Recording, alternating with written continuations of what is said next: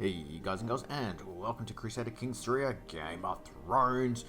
Today we'll be starting ourselves a new series. But first things first, before we get stuck in today's episode, we got a lot of things to cover before we get that far. So first up is I do want to apologise about the abrupt end of House Forrester. Unfortunately, well fortunately, I don't know, depending how you view it. The Game of Thrones mod was updated over the weekend. So we now have Bravos in the fold, which is really cool. Ignore all these things, I'll explain why that's like that and whatever, but yeah, it looks really cool. I love the details. We got the moat, sorry not the moat, the aqueduct that goes from up here all the way into the city. We got, what is it, I can't remember that. There you go, the Temple of Isles of the Gods. We got what is it? Oh, that's the Moonsinger one. That's the 7, I'm assuming. That's the House of the Undead, where the Faceless Men are. I think that's what it is. We also have the R'hllor worshipping hall as well, so that's pretty cool. And we got the palace. Oh no, that's the province of the Arsenal, so where all the boats are built. We also have another one as well, so is that it? Maybe they're both of them. Okay. And we got the Sea Lord's Palace as well. What is that? Ah, the Drowned City. Yes, that's where a lot of the poor people live, because it's slowly flooding. Anyway, I don't know what that is, but yeah, sure. So like I said, really cool. They've added a lot of features as well. I can't remember them all. I know there's a new banking feature as well. There's the Faceless Men as well. That's all I can really remember off the top of my head. I don't think anything else has been added. Let's have a quick gander. Let's come down here to lease. No, lease hasn't been changed. I'm actually wondering if they are going to do a large city. I hope they still do. It does look like it's available, like the option for them to add it in as well, so that's fine. Nothing else has been updated. That's okay. I'm happy with that. Cool. So yeah, like I said, sorry about the abrupt end. Also, I do apologise that there was no episode Thursday or Friday. As you guys know, I did go away on holidays. I ended up staying for a couple of more days, and I didn't make it back in time to record those 2 episodes. I started recording them, and then A Game of Thrones was updated. So that saved was pretty much broken beyond recognition. So we are starting our new series. So I want to say a big thank you to all you lovely people who have put forward your characters. We have them all up here on the right hand side, and we're going to go through them today. We are playing as a landless High Valyrian Faith of the Dragon. So they've overhauled all the faiths as well. They've added a lot more, and one of them I liked is the Faith of the Dragon. So a combination of the Flames of the 14th, which is the old High Valyrian religion, with the cross of the Faith of the 7. So that's really cool. I really like that. We're going to be checking that out, and all the new, hopefully the new religion, the new religion tenets, because they've added a lot. We're going to quickly just create one for shits and giggles, but like I said, they've added a lot. Blood is life. Yeah, like I said, there's a lot to go through. We're not going to go through it today. Life given, life taken, you know, things like this. There's only women may be combatants. They've really, what is the word for fleshed out the religion side of things as well. And there's all these different other religions that you can choose from. I think they've added a lot of icons. There is no icons. Sins. Ooh, being a dragon slayer is a sin. Ooh, alright. But there is a lot of things they have added. So, this is us. We are playing during, just before the Dance of Dragons, when the dragons are, so the Targaryens are at the strongest, so we may see a bit of clashing of dragon riders. We are Master Rhaegal Tiva. We are diligent. Don't worry about this. I'm going to change this. I haven't thought of a sigil quite yet, but I just want to get this episode out because I'm recording it on Sunday, and I wanted to get it out for Monday. And we are bossy. We're aspiring bladesmen. We're athletic, and we are a dragon rider. We are Silvermoon's rider. So let's check it. And we also are half blind as well. I just thought that'd add a little bit of spice to us as well. So, how do we actually get rid of that? Oh, there we go. We just click on it again. So this is Silvermoon. It is a small white dragon, and we're going to be naming our caravan after her. So we're going to go the Honourable Tidings. No, we're definitely not the Honourable Tidings. What are we? The Honourable... No, we're going to change that to... we're going to go the White Dragons. And we'll go... yeah, you know what? We'll go white. White-ishy. Anyway. Excellent. We're going to submit that. I do have a couple of mods that will allow us to get access to all domicile buildings as well. I just don't like how there is certain restrictions. That will allow us to build up a big-ass fort as well. The other thing that has been changed is... not changed, but added. They've added governance efficiency. So there is actual proper governance now. So it's cool. I really like this. We'll probably end up playing it as well. Like I said, new icons, new religion, pretty much new everything. So like I said, ooh, what is that? Is a governor. Oh, that's right. Yeah, that's cool. So yeah, like I said, a lot has been updated. I'm not too sure if anything else has been changed around, aka settlements or anything like that. But we'll probably come across it. So, ignore this. This is because we started over in Essos. Sorry, not Essos. We started over in the Reach. And then I automatically moved ourselves over. It was bugging out. It took me a couple of goes to get it. And that's why there's so many missions and contracts to accomplish. So we'll get through with some of them today. So, before we get into anything else, let's go through our characters. So if you guys, like I said, did mention a character, I have added you as best as I can. I kept all the characters under 400 points, so there may be a little bit of a tweak here and there just to keep it under 400. I did say I would do under 400. Some characters were actually quite over, so I've had to lower some of the stats to get it all underway. So first up, we have Benjamin Korn. He is calm, eccentric, cynical. He's an elusive shadow. He's a schemer. He's a herbalist. He's inappetite, which means he likes skipping meals. He's not very hungry. He's a witch, and he is a trained fighter as well. Very, very strong in the intrigue. Pretty good at learning as well. Like I said, he is our witch. He's going to be a herbalist. He is pretty much the one who's going to heal, hopefully, everyone who gets sick. And because he's a chronogman and of the old gods, we gave him like a...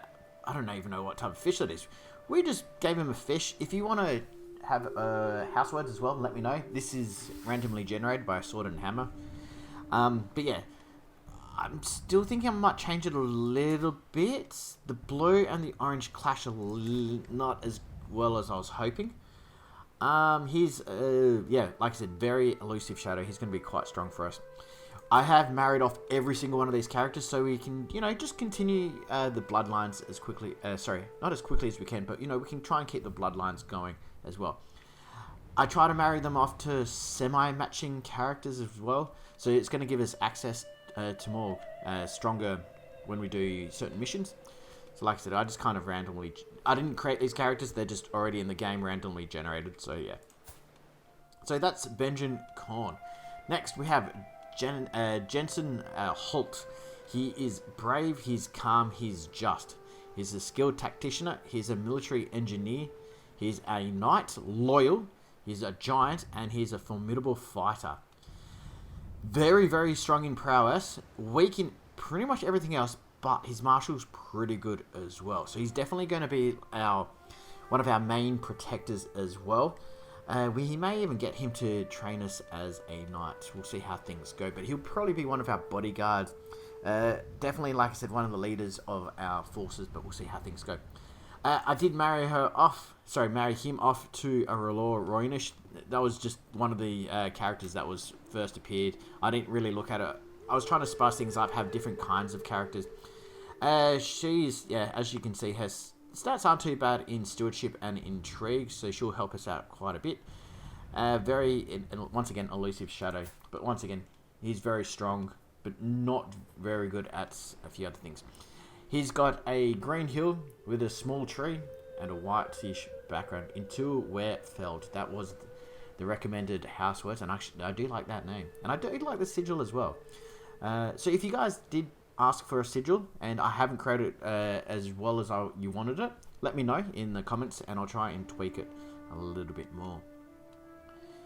Next, we have Jacaerys Frostdrake. He is inquisitive. He is gregarious. He is trusting. He is a brilliant strategist. He's an aspiring bladesman, much like ourselves. He's a logistician. He's loyal, he's a skilled fighter, and he's a traveller. He picked up that trait actually just because we were moving around. Once again, he's good at prowess, good at martial, and he's kind of average at everything else. He has a blue drake. It was as close as I could find to a drake, to tell you the truth, in the game. And with a black and red background. Like I said, if you're not a fan of it, let me know, and we will change it. Once again, we do need a word. The brave mind knows prosperity. That is just randomly generated. So, like I said, he's pretty good. He is of the reach of the old gods. Like I said, there's many different old gods out there. I picked the reach just because it's something different. I wanted to see how he would interact with different other religions as well. So, like I said, we'll see how he goes. And he's Westerosi Valyrian. That's that. Okay. Next, we have a bit of a unique character. A Loyborn. So, she might eventually get a different character. So, she might eventually get a house, but we'll see how things go. She's inquisitive, she's lustful, she's deceitful. Once again, an elusive shadow. She's a seductress, she's a fornicator, profligate, pretty, and once again, a traveller. Very good at intrigue, and not bad at stewardship, not great at anything else. Definitely not a fighter. She's from the Reach as well, and she is a pure faith of the Seven. And like I said, she's just married off to some Princess Mercy's Pentoshi, who's pretty good at stewardship and not bad at intrigue and learning. So like I said, once again, didn't create this character, but we'll see how they turn out and how their children comes out. Next, we have quite a unique character. We got Sir Morkoro, I think that's how you pronounce it, Sir Morkoro Riker. He's brave, he's sadistic, and he's vengeful. So we're going to be playing him if it does occur as a sadistic. He doesn't like going torturing people, but you get on the wrong side, he will make you suffer. He does like being sadistic against people who have harmed him, but like I said, he's just not a full sadistic person who likes going around just torturing people for the hell of it. So yeah, he is a dutiful, he's got a lot of stats. He's a dutiful captain, he's an aspiring bladesman, he's a cautious leader. I think that's just a randomly generated commander trait, because if you don't pick one, they just give you one. He's irritable, so he does get quite annoyed. He's a deviant, he's an adulterer, he's a fornicator, he's reclusive, he's a knight with a stuttering albino... Wait, he's blind as well. Oh yeah, so he's albino, he's strong, he's a giant, lisper, robust. He did have the trait Herculean, but he would have been way over, so I had to reduce it down to robust. So sorry about that. He's blind, he's a lunatic, he's a skilled fighter, and he's of the Red God. So there is different types of Red Gods. There's original R'hllor, but I went with the Red God. Red God is a combination of R'hllor and Westerosi culture, and since he's a Stone Dawnishman, I think that was a better fit than just a pure R'hllor worshipper as well. So he is up for human sacrifices, is consecrated knighthood, heart of fire, can execute by burning, can take look into the flames decision, adaptive and mendicanic creatures as well. So like I said, all new traits, all new tenets, so really, really cool. Like I said, hopefully we get to check them out a little bit more. He's married to a Stone Dawnishman who's just like random, not that great, not bad at intrigue, okay at learning, but that's about it, really. So he's a blind warrior, but look at that. He's not good at a lot of things, because unfortunately some of these contradict each other. So we lost a lot of points for certain traits, like prowess +4, but unfortunately because he's blind, martial goes down by 6, prowess goes down, intrigue goes down, things like that. It's a very complicated character, but he's still like that, 39. If he didn't have blind, he would have been at 40. He would almost be at 50. So he's going to be quite an interesting warrior. The sigil is a flaming heart. I might change that to a red with a Silvermoon on a black background. And their words are, "For the night is dark and full of terrors," which is, of course, from the show and the books. Next, we have Chuck Beef Punch. This character is... this one was the hardest sigil, not to make, but how to go about it. So he's gluttonous, he's lustful, and he's gregarious. So he's almost like Tyrion so far, because he is a dwarf. He is a dutiful captain. He's a forest fighter, randomly. He's loyal. He's a drunken berserker knight, and he's a formidable fighter. Unfortunately, because he's drunken and a dwarf, we did lose quite a few points from his prowess, unfortunately. Who's going to be interesting, I think. Also his Skagosi as well, and there's a wildling old gods worshipper, old gods of frost and forest. So technically it's only beyond the wall, but it is, like I said, a little bit different. He's into human sacrificing, sanctity of nature, warmonger, weirwood, and green sight. So yeah, like I said, there's a lot of new tenants that you guys really need to check out if you guys haven't done them yet. So he's not bad at martial and stewardship. He's not bad at prowess, but everything else is there. We'll see how things go. I was trying to get, because of his name Beef Punch, the sigil is him standing over a cow after he's punched it. I know. That's the only thing I could think of on a green field. I was actually trying to find a way of making him ride, or even have like a knight riding a cow. Unfortunately, there's no icon like that. They're all automatically riding a horse. But I thought that'd be funny, you know, because if you know in the books, Tyrion comes across, I can't remember a name, another dwarf who rides a pig.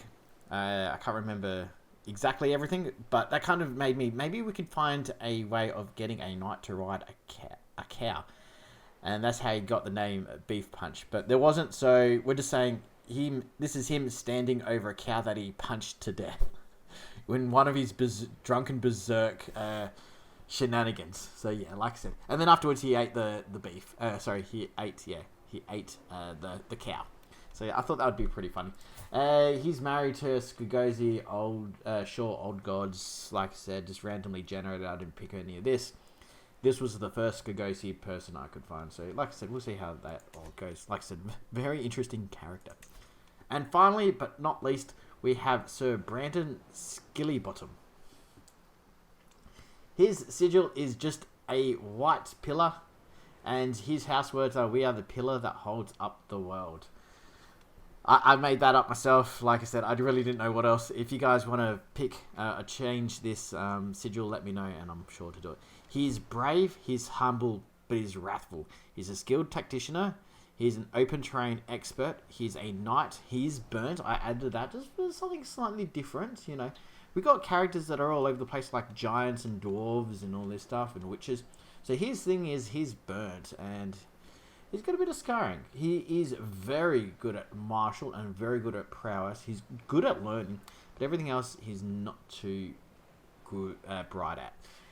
He is also Faith of the Dragons as well. He's a Westerosi Valyrian. He is married to Melly, who is not too bad as well. Learning, stewardship, and martial aren't too bad, but everything else is pretty standard. So, that is all the characters, I believe. I don't know if there's anyone else. Let me know. This is what we can do. If people do unfortunately die out, we may force adoptions into their line, so the lines continue. Or if you guys, you know, want to add more characters as well, like I said, we do have quite a few, but if you guys want to add more characters, I can do it in between episodes by using the debug as best as I can, but we'll see how things go. I did make myself friends with all of these special characters, just so we can keep an eye on them. I'll keep these guys pinned up here as well. They're all pretty young. The oldest is Jansen Holt. Hopefully, like I said, I married them all off so they can have children and continue the line. Desmera will be a bit of an interesting one, since she won't be I don't want to say a lord, but a highborn, I suppose, is still a good way of saying it. So yes. And like I said, we got Silvermoon. It is 0 years old. We have tamed it. And we'll see how he or she goes on.